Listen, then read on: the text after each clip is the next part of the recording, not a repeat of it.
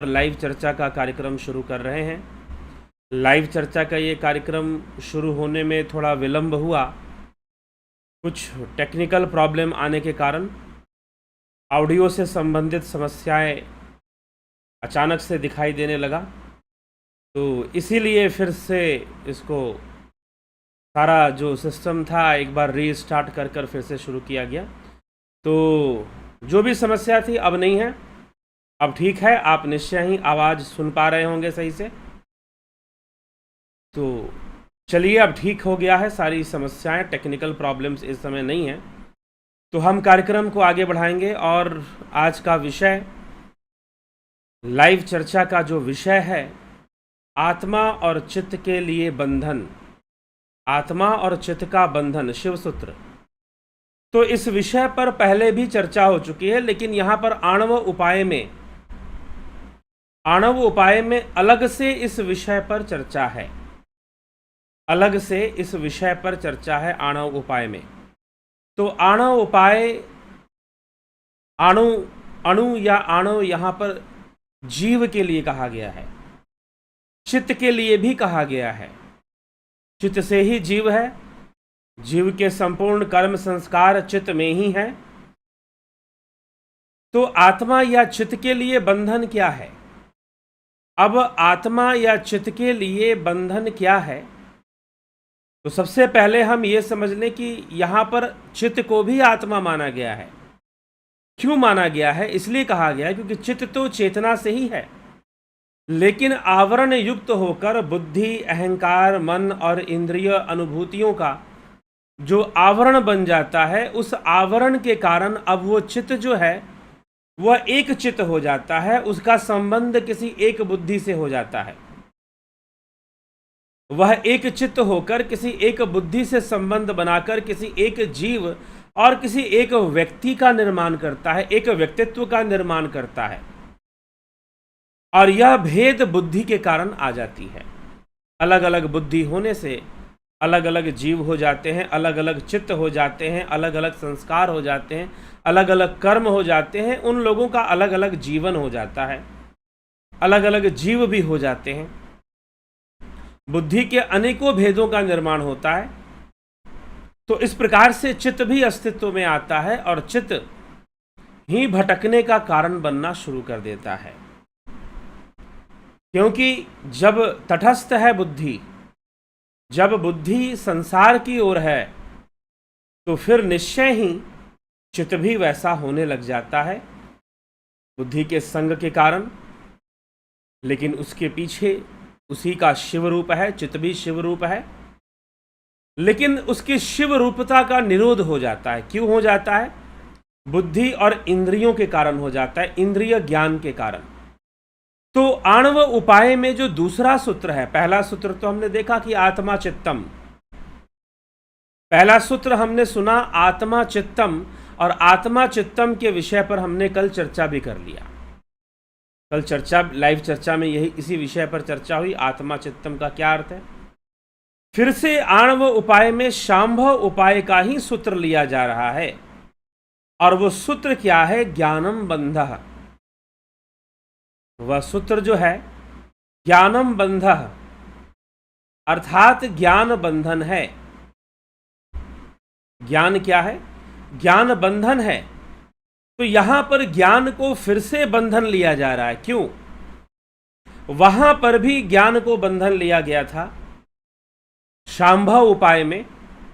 तो शांभव उपाय में जब ज्ञान का बंधन लिया गया था, तो वो इस संदर्भ में लिया गया था कि आत्मज्ञान का निरोध करने वाला बनता है। जो इंद्रिय ज्ञान विषय है या फिर अंतर अनुभूतियां भी जो प्रारंभ में योगी को होती हैं, वह सब विषय भी बंधन का कारण ही बनती हैं।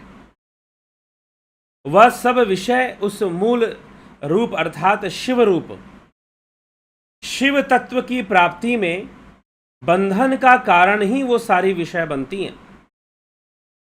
तो सब विषय क्या है? बंधन का ही कारण बनता है। तो बंधन का कारण होने से ज्ञान का विषय, इंद्रिय ज्ञान का विषय को बंधन का कारण शांभव उपाय में भी माना गया। अन्य बहुत सारे ज्ञान जो होते हैं, उन सबको बंधन का कारण मान लिया जाता है।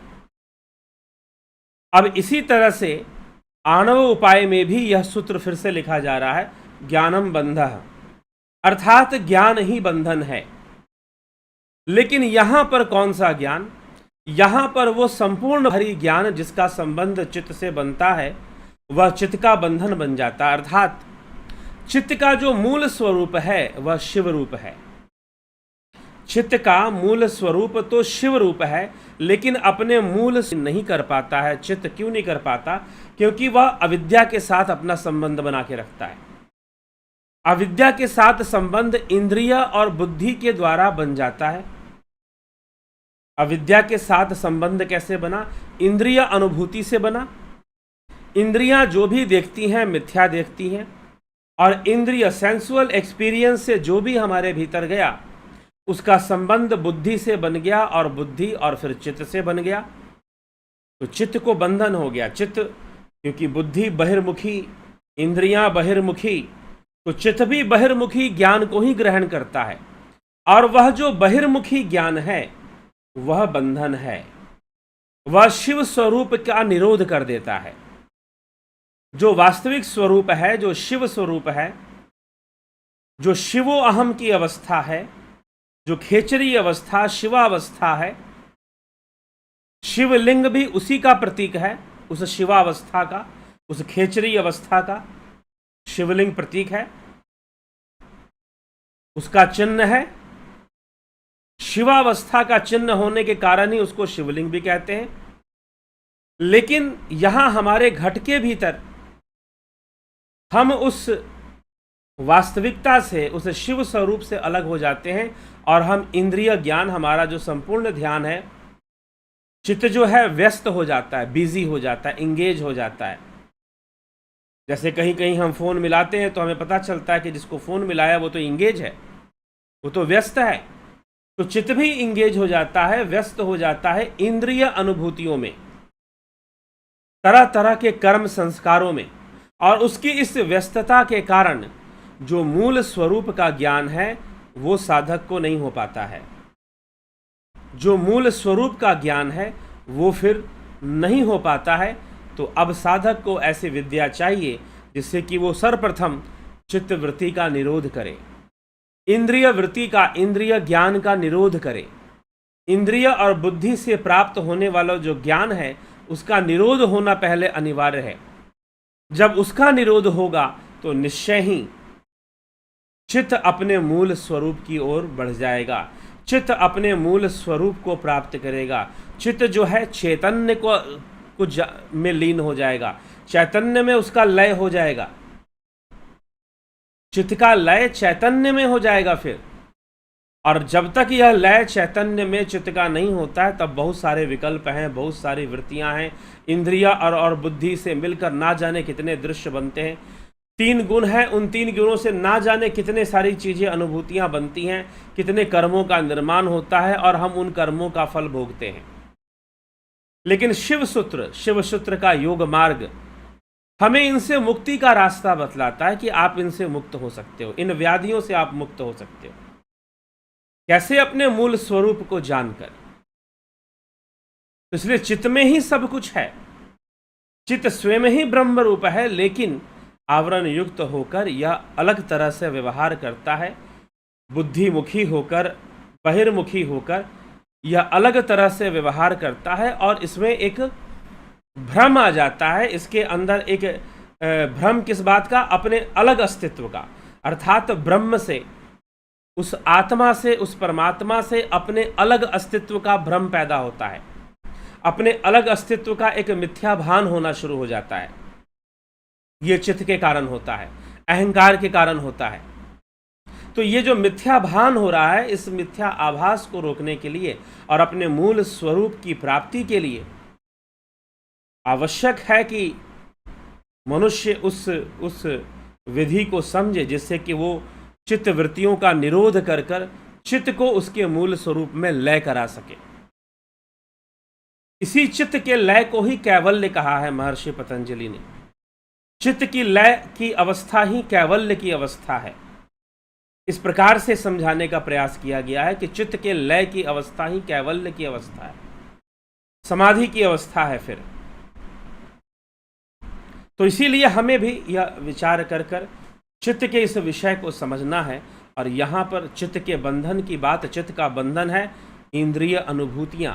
इंद्रिय अनुभूतियों से प्राप्त होने वाले जो ज्ञान हैं वो चित्त के बंधन का कारण है।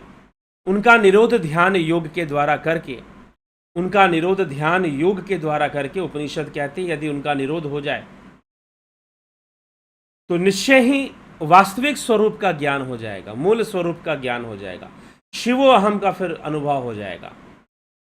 तो ध्यान योग वही प्रक्रिया है जिससे कि बाह्य अनुभूतियों का बाध करके, एक उन पर एक प्रतिबंध लगाकर, उनका निरोध करके हम आंतरिक अनुभूति, अंतः अनुभूति और उस चेतना के मूल स्वरूप से हम जुड़ सके, उसको जान सके। इसी लक्ष्य से ये बातें होती हैं चित्त के विषय में, चैतन्य के विषय में।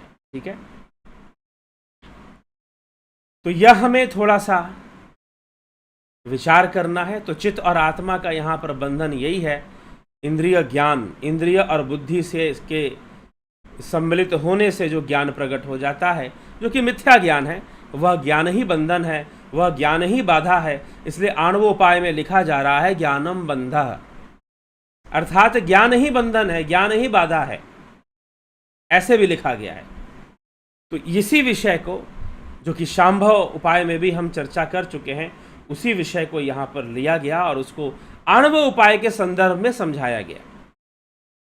आण उपाय मतलब चित्त, अणु मतलब जीव, चित्त, ठीक, उसके लिए कहा गया। इसलिए आत्मा चित्तम ऐसे लिखा गया। चलिए के टिप्पणियों को, आपके कमेंट्स को भी देख लेते हैं, कौन क्या कहता है।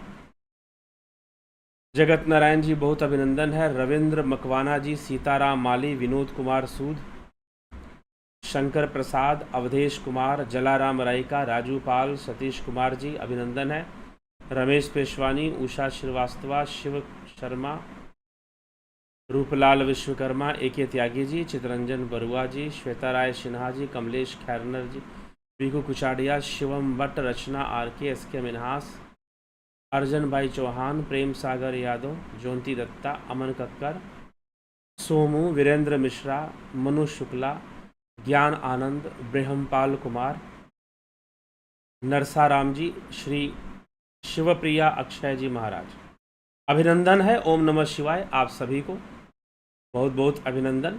कोई विशेष प्रश्न आज नहीं है, तो किसी प्रश्न पे चर्चा में आगे बढ़ाएंगे। आपके टिप्पणियों को पढ़ लिया है और अब आगे बढ़ेंगे, कार्यक्रम को विराम की ओर ले जाएंगे। और 14 जून से ध्यान योग और प्राकृतिक चिकित्सा का कोर्स प्रारंभ हो रहा है, सबको पता है। 14 जून से ध्यान योग और प्राकृतिक चिकित्सा का जो कोर्स है वह शुरू हो रहा है। कई लोगों ने कोर्स के विषय में मैसेज करके पूछा है, लेकिन ज्वाइन नहीं किया है। अब तक हमने जितना भी कोर्सेज किया है, अब तक इस महीने बहुत कम लोग ज्वाइन कर रहे हैं, ऐसा प्रतीत हो रहा है। फिर भी अभी 2 दिन बाकी है, तो आप ज्वाइन तो कर ही सकते हैं। हाँ, पूछा तो कई लोगों ने, लेकिन अभी तक उनको कुछ ही लोग ज्वाइन कर पाए हैं। तो प्रत्येक मास के भांति जितने लोग ज्वाइन करते थे, इस बार संख्या थोड़ी कम ज्वाइन हुई है तारीख के हिसाब से, लेकिन समय तो अभी भी है ज्वाइन करने का। इस बार कोई लेट नहीं होगा। पिछली बार हमने 18 तारीख से शुरू किया था, लेकिन इस बार ऐसा कुछ भी नहीं होने वाला। 14 जून है तो 14 जून से शुरू हो जाएगा, ठीक है। यदि 14 जून का समय दिया गया है, पिछली बार कुछ यात्रा में होने के कारण मैंने देर से शुरू करवाया था ध्यान योग का कोर्स, लेकिन इस बार ऐसा कुछ भी होने वाला नहीं है, ध्यान रखिएगा। इस बार अपने समय से ही शुरू होगा। ये मत सोचिएगा कि नहीं पिछली बार इन्होंने 18 मई का घोषणा कर दी थी तो शायद इस बार भी कुछ ऐसा हो जाएगा, लंबा टाइम मिलेगा। जी नहीं, ऐसा कुछ भी नहीं है।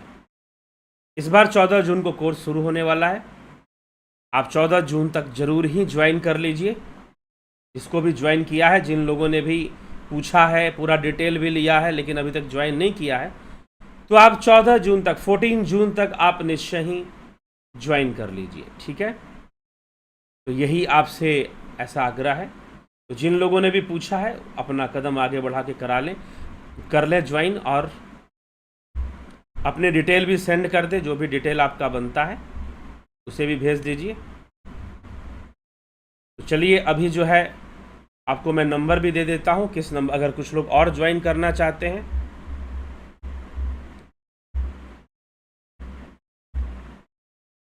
तो आप इस व्हाट्सएप नंबर पे आप मैसेज करके ज्वाइन कर सकते हैं।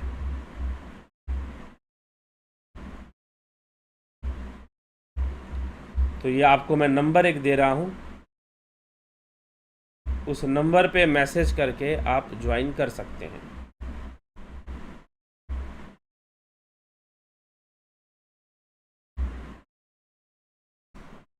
ठीक है, तो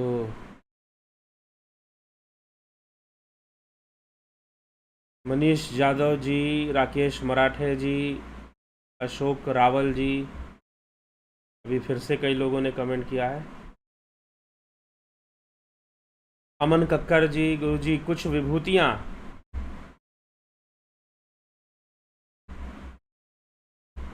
तो विभूतियों की बात कर रहे हैं। कुछ विभूतियाँ सिर्फ एक बार होती हैं और कुछ बार बार होती हैं। इसका क्या कारण है, प्लीज़ ज्ञान दे। विभूतियाँ या अनुभूतियाँ, किसकी बात कर रहे हैं, विभूतियाँ या अनुभूतियाँ? अनुभूतियाँ इधर उधर हो सकती हैं, विभूतियाँ आ गई तो फिर तो विभूतियाँ होती हैं।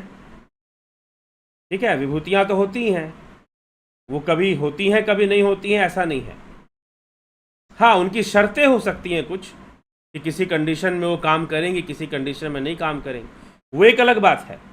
लेकिन विभूतियाँ जब आ जाती हैं तो विभूतियाँ हमारे साथ होती ही हैं। हाँ, अनुभूतियों में बहुत सारे परिवर्तन आ सकते हैं। ठीक, हाँ, ये सांसारिक विभूतियों की चर्चा कर रहे हैं तो मैं उसके लिए उत्तर नहीं दे रहा, मैं योग विभूतियों की बात कर रहा हूँ।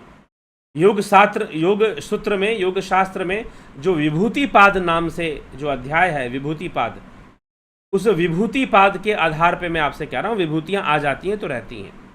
अपूर्व विश्वकर्मा जी, अमन कक्कर जी, हाँ, अनुभूतियाँ, ठीक है, अनुभूतियाँ इन्होंने लिख दिया है, अच्छी बात है। हाँ, तो ऐसा होता है कि अनुभूतियाँ कभी कुछ होंगी कभी कुछ होंगी, ऐसा संभव है, ऐसा होता है, इसके लिए घबराने की जरूरत नहीं है। बहुत तरह की अनुभूतियाँ आती हैं, आप उसके लिए व्यक्तिगत रूप से, अगर आपने ध्यान योग का कोर्स कर लिया है तो व्यक्तिगत रूप से संपर्क करके भी आप उसकी चर्चा कर सकते हैं। पवन कुमार गुप्ता जी, हम कहते, आदि कुशवाहा जी, हम कहते हैं कि हमें दुख होता है तो हम या मन है कि आत्मा है? मन है, आपका हम यहाँ पर मन है। आत्मा तो तब बनेगा ना जब आत्मा का ज्ञान हो जाएगा। जब हम कहते हैं कि हमें दुख होता है, हमें, क्योंकि आत्मा को दुख सुख नहीं होता, आत्मा को दुख सुख नहीं होता, यहां पर मन और बुद्धि है, मन एक माध्यम, ये सुख दुख जीव का विषय है, ये आत्मा का विषय नहीं है। आत्मा तो स्वयं आनंदमयी है। ठीक, श्रीकांत अग्रवाल जी, यहां पर चित्त का मीनिंग आत्मा की चैतन्य शक्ति से है, चित्त से नहीं जी, नहीं, यहां चित्त का मीनिंग उस आवरण से है जो चेतना के एक भाग पर है। चैतन्य का बुद्धि में, बुद्धि को प्रकाशित करना, बुद्धि को प्रकाशित करने से चित्त का निर्माण हो जाता है, चित्त बन जाता है वो चेतना ही है, वो आत्मा ही, लेकिन चित्त बनकर वो संस्कारों को संयोग करता बन जाता है, कर्म करने वाला हो जाता है, जीवत्व आ जाता है वहां पर। ठीक, यहां पर चित्त का मीनिंग आत्मा की चैतन्य शक्ति से है, चित्त से नहीं। मतलब आत्मा की चैतन्य, आत्मा चित्तम, मतलब आत्मा चैतन्य आत्मा और आत्मा चित्तम। पहले लिखा गया चैतन्य आत्मा, फिर लिखा गया आत्मा चित्तम। क्यों लिखा गया भाई? आत्मा की चैतन्य शक्ति से ही बुद्धि का संयोग कर कर, आत्मा की चैतन्य शक्ति से ही तो चित्त अस्तित्व में आ जा रहा है। बुद्धि का संयोग कर कर और इंद्रिय अनुभूतियों का संयोग कर कर चैतन्य जो है, चैतन्य आत्मा, उनका संयोग कराकर चित्त का विकास हो रहा है, चित्त बन जा रहा है। फिर इस बात को समझना है। ठीक, क्या सच में हम सब ओमनीपोटेंट, ओमनी प्रेजेंट ब्रह्म है? सोचकर विश्वास नहीं होता। हम है तो वही, लेकिन हम जानते नहीं हैं, हमें ज्ञान नहीं इस विषय का, हमें इस विषय का ज्ञान नहीं है आवश्यकता है ज्ञान प्राप्त करने के लिए ध्यान योग करने की।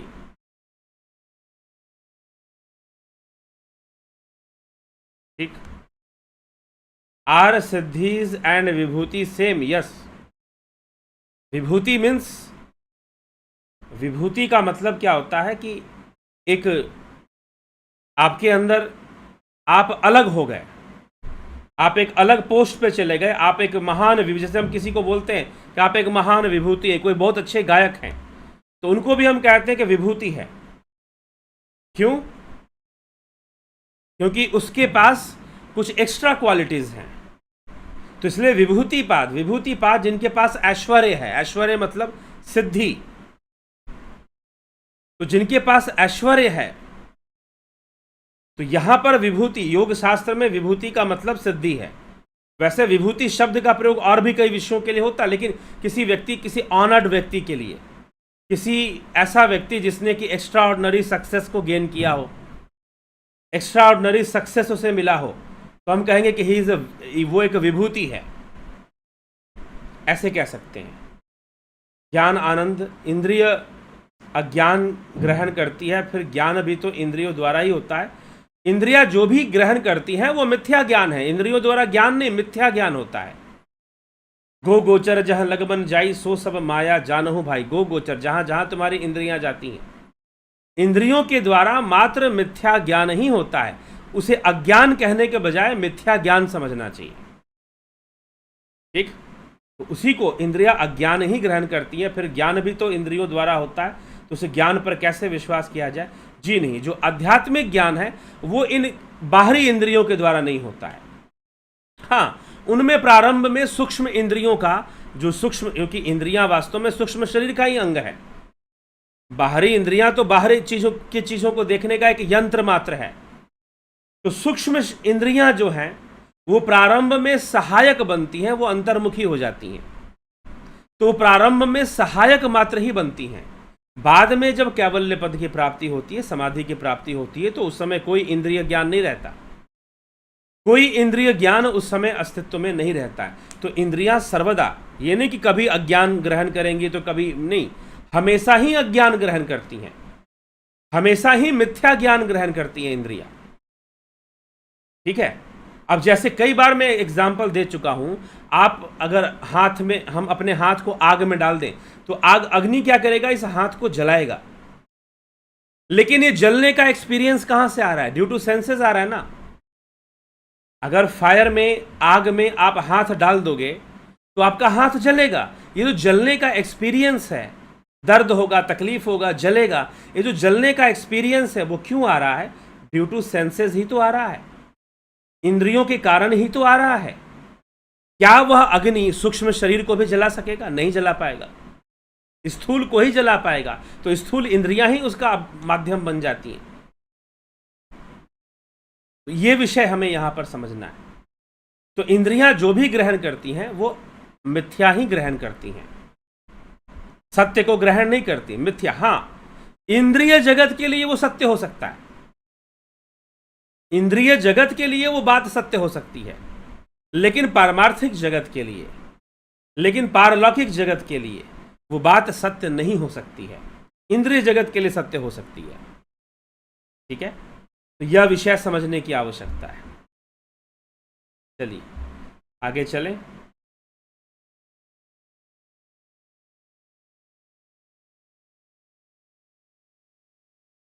Some say mind and intellect are part of that consciousness. Upon realization, they merge into the consciousness. Is this concept? They are not part of the consciousness. They are manifested by consciousness. ये कह सकते हैं हम, not part but manifested or developed by consciousness. Developed, evolved by consciousness. वो developed by consciousness है, और जो है developed by consciousness and evolved by consciousness, ऐसे हम उसको कह सकते हैं। तो सम से mind and intellect are part of the consciousness, upon realization they merge into the consciousness. No, upon realization they are helpful in realization, not only on realization, because realization is तुरीय अवस्था, साक्षी भाव। not on realization but in samadhi, lay avastha. In lay avastha they will merge in consciousness. Not they will merge in consciousness, but it will we should say that it will become consciousness. It is consciousness, it is manifested by consciousness. So it will, just like something you developed and you draw back the things. You produced and you draw back. Suppose the waves of sea, waves of ocean, they emerge and finally they merge in the sea. They have no different existence from the sea. All the waves goes back to the sea. They are coming from the sea and they are going back to the sea. All the sea waves, whenever we used to visit seashore, what happened there? We can see many waves are coming from the sea. Gulf of Bengal, Bengal की खाड़ी में हम देख सकते हैं. Many waves are coming, many waves are developing from the sea, many waves are emerging. Sea is creating regular waves. All the waves are going back to the sea. Just like this happens. All these things are buddhi, chit, man, are the waves of consciousness. They are developed by consciousness. They are manifested by consciousness, and they will go back to during the stage of samadhi. In the stage of samadhi, they will go back. Again, they will go back in the sea. They will go back in the sea of consciousness. They have no different existence. So we can't say they will merge. Merge is the word for the two different things. They will become one. But they are already one. Just like the wave, sea and sea waves. They are already one. They are not different existence. They have no different existence. So they will go back to again they will go back in the consciousness. Real life. Ram Ram Guru Maharaji Adi Kushwa. Creation and destruction is controlled by Brahm or not? If not, then who will help to liberate, and how we can get liberated by own self? Whoever know, जो भी जानता है वो आपको help करेगा. अगर मैं कुछ जानता हूं तो थोड़ा बहुत हेल्प कर रहा हूं. आपको अगर कोई मुझसे ज्यादा जानने वाला मिलेगा तो वो ज्यादा भी हेल्प कर सकता है. तो जो जानेगा वो हेल्प करेगा. बस इतनी सी बात है और इससे ज्यादा कुछ भी नहीं है. तो creation and destruction is controlled by Brahm और not? It is not controlled by Brahm. It is creation and destruction. It is a part of Prakriti. Prakriti, not controlled by Brahm. It is not controlled by Brahm. It is part of Prakriti. Action and reaction, creation and destruction, everything is controlled by Prakriti, and all these things, creation and destruction, Srishti or Pralay, these all things exist only in your sensual experience. When you reside in samadhi, when you are in samadhi, when you are in a state of samadhi, then in that state there is no creation, there is no destruction. All these things, creation and your destruction, all these things only exist in your sensual experience. Actually, this type of thing is not happening.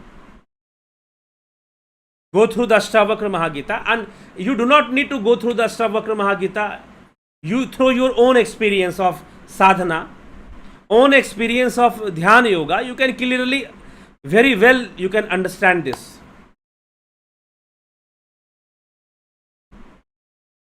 तो creation and destruction, सृष्टि और प्रलय, ऐसा कुछ होता ही नहीं है. There is no existence, there is no existence of creation and destruction. These are only a sensual perception that creation is going on and destruction is also going on. Yes, in this sensual world,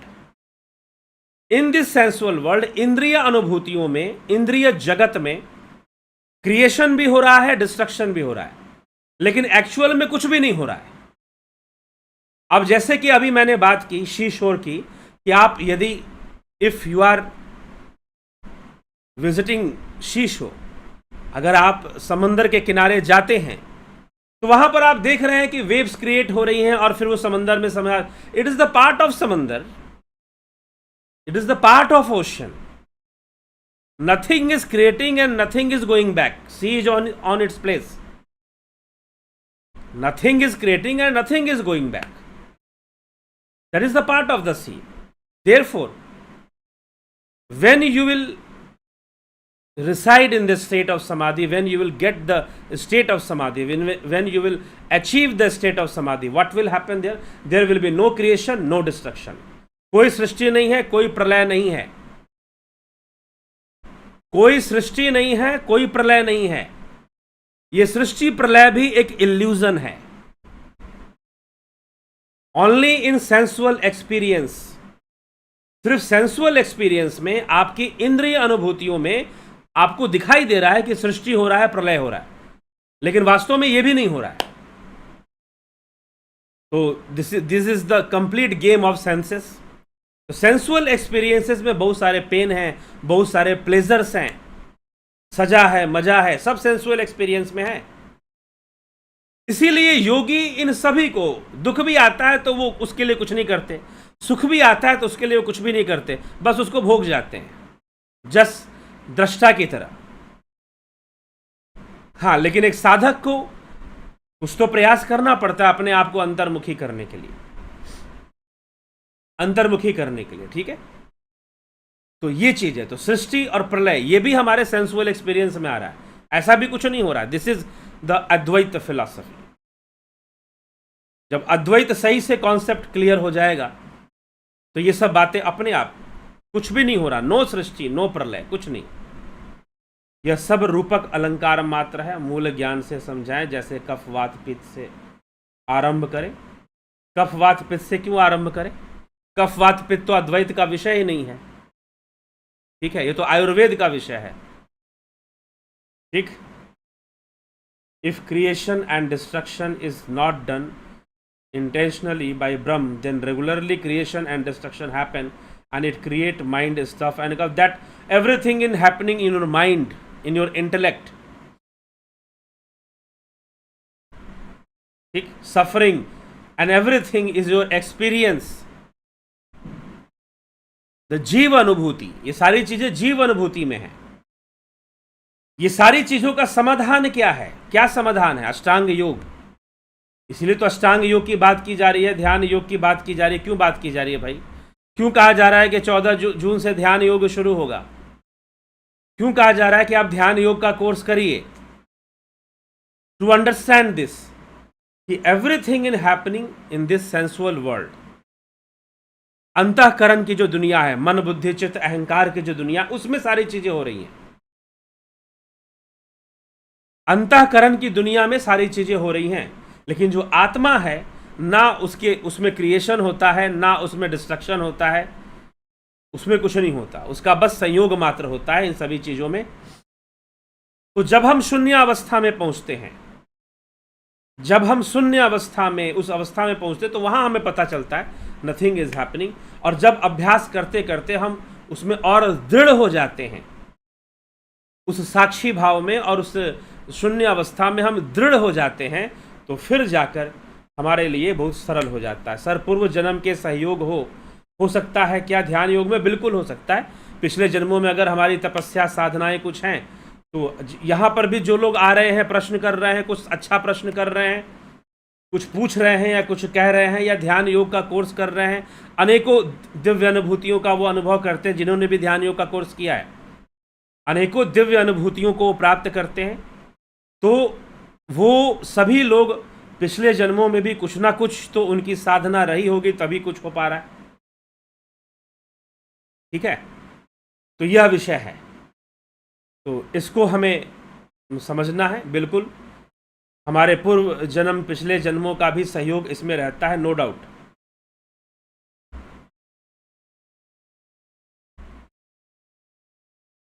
क्या गुरु बिना मुक्ति संभव नहीं है? संभव है, गुरु के बिना मुक्ति, गुरु सहयोगी है मुक्ति में, लेकिन गुरु बिना, अब ये बात आजकल क्या है कि कुछ ऐसी चीजें खड़ी कर दी गई हैं कि व्यक्ति पूरी तरह से जैसे कि गुरु जी चुटकी बजाएंगे और मुक्ति हो जाएगी। ठीक है, ऐसा भी कुछ नहीं है। इसीलिए विवेक चूड़ामणि का जो विचारधारा है, जो आदि शंकराचार्य, आदि गुरु शंकराचार्य का जो विचारधारा है, इस विषय में पढ़ना चाहिए। उन्होंने आत्म प्रयत्न पर प्रेरणा दी है, कबीर ने भी दी है कि गुरु की करनी गुरु जाने, चेला की चेला। गुरु धारण कर लेने से क्या हो जाएगा, गुरु बना लेने से क्या हो जाएगा? अगर आपका कोई प्रयत्न नहीं है, आपका कोई प्रयास ही नहीं है, तो गुरु आपके लिए कुछ भी नहीं कर पाएगा। आपका अगर व्यक्तिगत प्रयत्न प्रयास अगर नहीं है, तो गुरु आपके लिए कुछ भी नहीं करेगा। विवेक चूड़ामणि में आदि गुरु शंकराचार्य ने साफ साफ इस बात को समझा दिया, और एक बार नहीं, स्टार्टिंग में भी समझाया है, लास्ट में भी समझाया है, अपने शिष्यों को समझाते हुए कि आपका अपना प्रयत्न, आपका अपना प्रयास सर्वोपरि है। अगर आप वो नहीं करते हैं तो कोई गुरु आपके लिए कुछ नहीं कर सकता।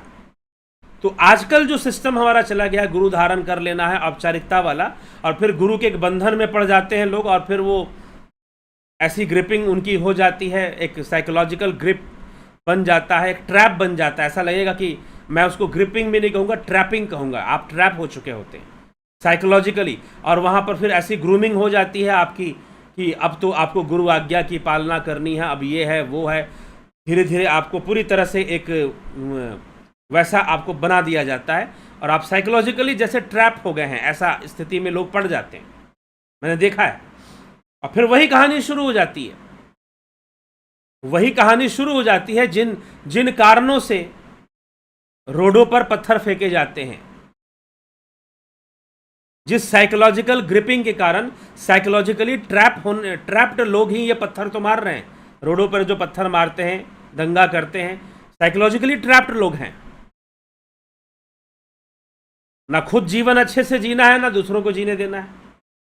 ठीक है, तो वैसे ही कई बार ऐसा भी लगता है कि गुरु, इस गुरु के माहौल में, कि जैसा कि लिखा है कि गुरु के बिना मुक्ति संभव है, तो कई बार लोग इसी तरह से साइकोलॉजिकली ट्रैप्ड होकर वो कुछ अलग ही रास्ता अपना लेते हैं, और जो बहुत कुछ उन्हें जानना चाहिए, सीखना चाहिए, शायद वो सब नहीं कर पाते हैं। तो ये भी एक समस्या भी आ जाती है। तो गुरु के बिना मुक्ति नहीं होती, ये बात सही भी है, लेकिन इस बात का आधार लेकर बहुत गलत चीज़ें भी शुरू हो जाती हैं। तो उन गलत चीज़ों से बचने की आवश्यकता है। ठीक है,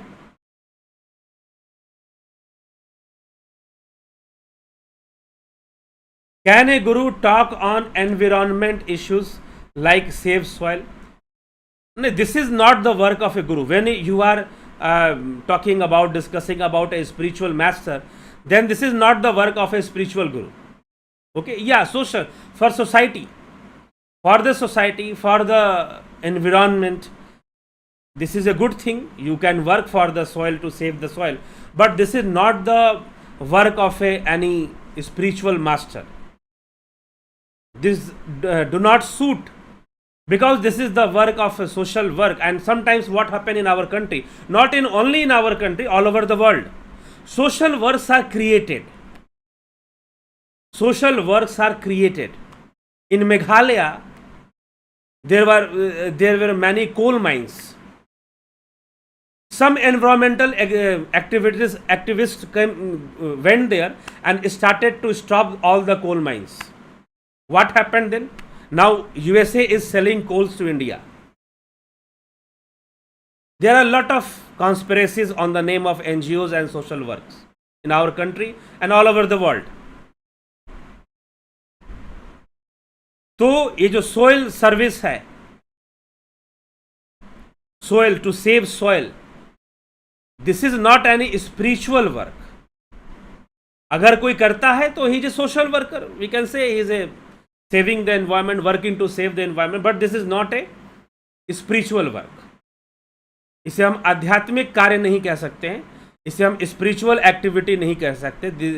These things are not spiritual activity, but these things are environmental activity or social activity. This is not the job of a spiritual master.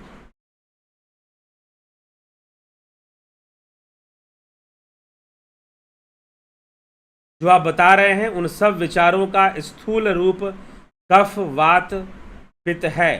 कौन से विचारों का स्थूल रूप कफ वात पित्त है, बताइए? कौन से विचारों का, किस विचार के लिए आप कह रहे हैं? तो सूक्ष्म पर नियंत्रण नहीं होगा तो स्थूल पे नियंत्रण कहां से आएगा? करके दिखा दीजिए आप। अगर सूक्ष्म पर नियंत्रण नहीं होगा तो स्थूल पर नियंत्रण कहां से आएगा? सूक्ष्म बहुत ताकतवर है। कुछ लोग कहते हैं कि स्वस्थ शरीर में स्वस्थ मन का वास होता है। जी नहीं। अगर मन बिगड़ गया तो स्वस्थ शरीर से भी आत्महत्या करवा सकता है। यदि मन बिगड़ गया तो स्वस्थ शरीर से भी आत्महत्या करवा सकता है।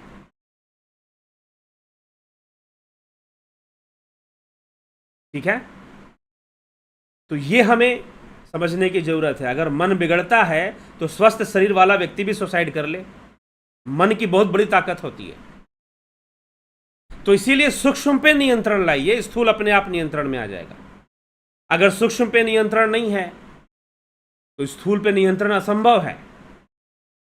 कफ वात पित्त पर नियंत्रण करना है तो खान पान पे नियंत्रण करना चाहिए, योग करना चाहिए। लेकिन ये सब करने के लिए मन का मजबूत होना जरूरी है। जिसका मन कमजोर है बेचारा कहां से करेगा वो? ठीक है,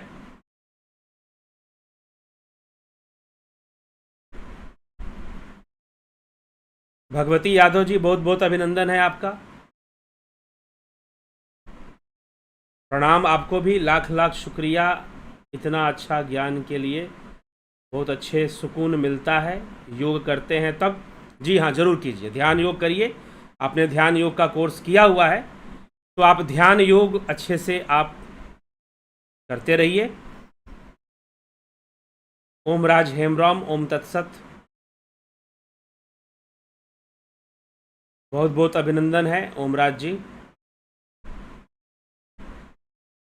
हमें क्या करना चाहिए? 21 क्या उम्र है, आपको अपनी पढ़ाई भी करनी चाहिए और योग भी सीखना चाहिए, क्योंकि वास्तव में जीवन बहुत लंबा है। कैरियर तो आप बना लेंगे, लेकिन अगर अच्छे से जीवन जीना आ गया तो तभी कैरियर बनाने का लाभ है। अगर जीना नहीं आया तो कैरियर बनाने का भी कोई लाभ नहीं मिल पाता। और अगर जीना आ गया तो उस व्यक्ति का कैरियर बन ही जाता है। जिसको अच्छे से जीना आ गया, जिसको अपने प्रति, सेल्फ के प्रति, नेचर के प्रति, प्रकृति के प्रति एक अंडरस्टैंडिंग अच्छी आ गई, तो उसे जीना तो अपने आप आ ही जाएगा और कैरियर भी वो बना ही लेगा। ठीक है, तो अपनी पढ़ाई भी करिए और निश्चय ही ध्यान योग भी सीखिए। ध्यान योग का कोर्स ज्वाइन कर कर आप इसका पूरा पूरा लाभ उठाइए। ठीक है, तो इसी के साथ चलेंगे।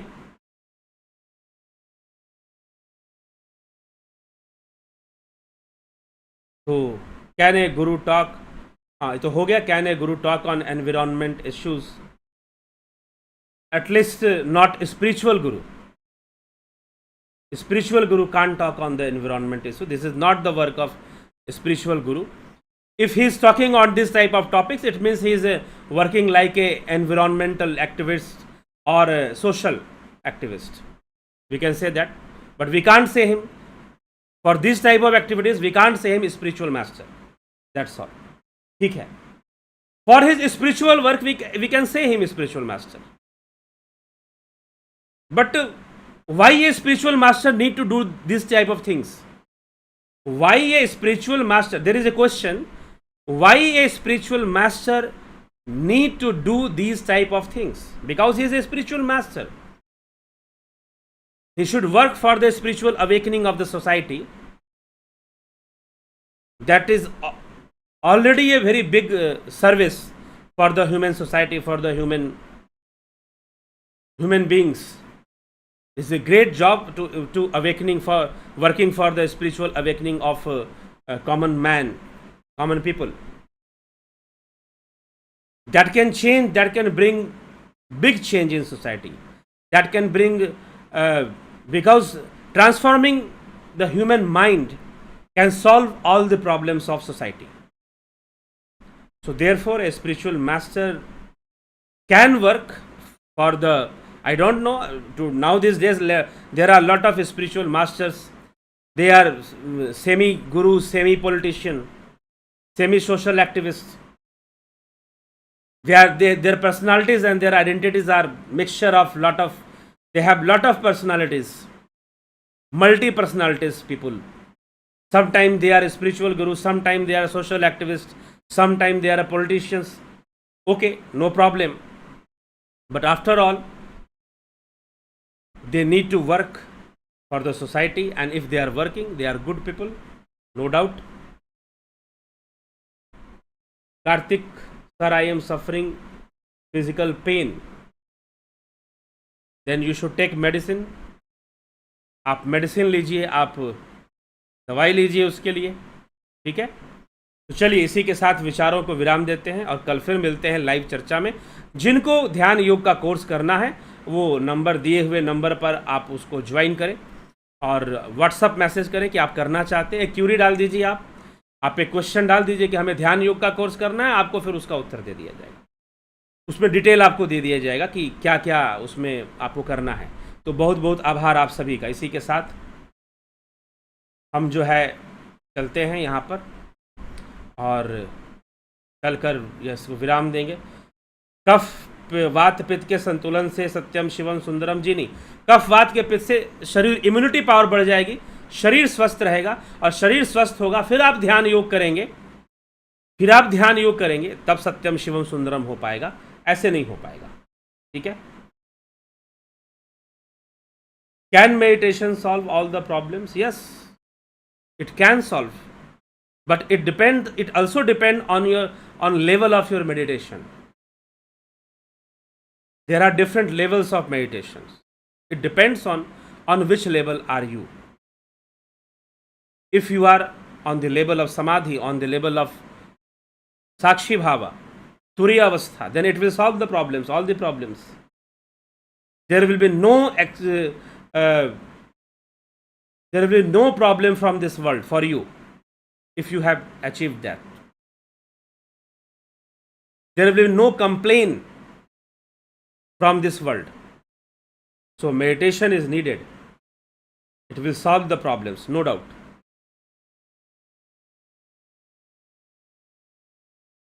ओम तत्सत। सभी को ओम तत्सत। इसी के साथ विराम देते हैं।